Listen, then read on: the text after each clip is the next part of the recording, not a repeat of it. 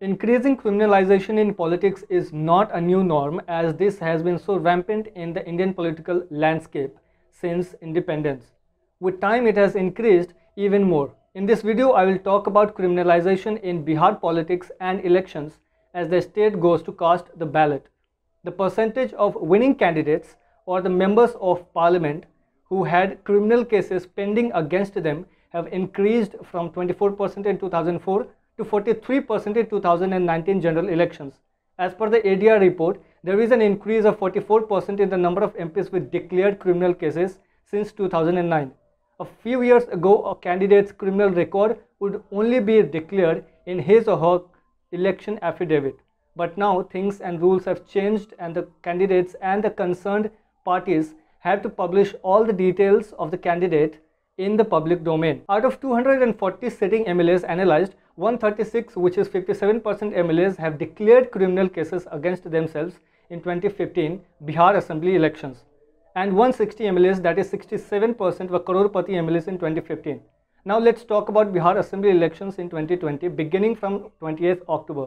As per ADR data, 31% of contesting candidates have criminal cases against them and 35% are Crorepatis.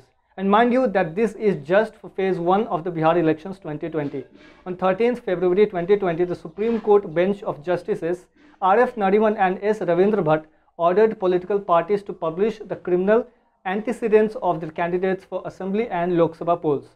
The parties should also publish detailed reasons that made them choose those with criminal records over other candidates within 48 hours of the selection of the candidates. The political party must justify giving tickets to candidates with criminal background. Parties need to give details like type of crime, number of cases against the candidate, in which court the case is going on, and at last and what stage is the ongoing case. The party will also have to say and justify why the party chose the candidate who has criminal cases instead of choosing someone without criminal background and criminal cases. Winnability of the candidate cannot be the only reason for selection of candidates as per Supreme Court. All these details and information need to be published on the website of the party, on social media platforms like Facebook and Twitter, one local vernacular paper and one national paper.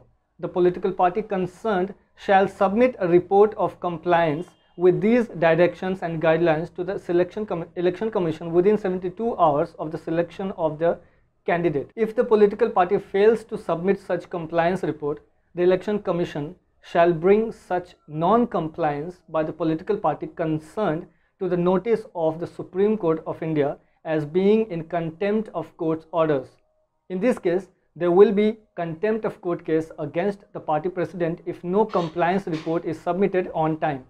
During a hearing on January 24, Friday 2020, the Election Commission told the Supreme Court that political parties should be asked not to field candidates with criminal backgrounds.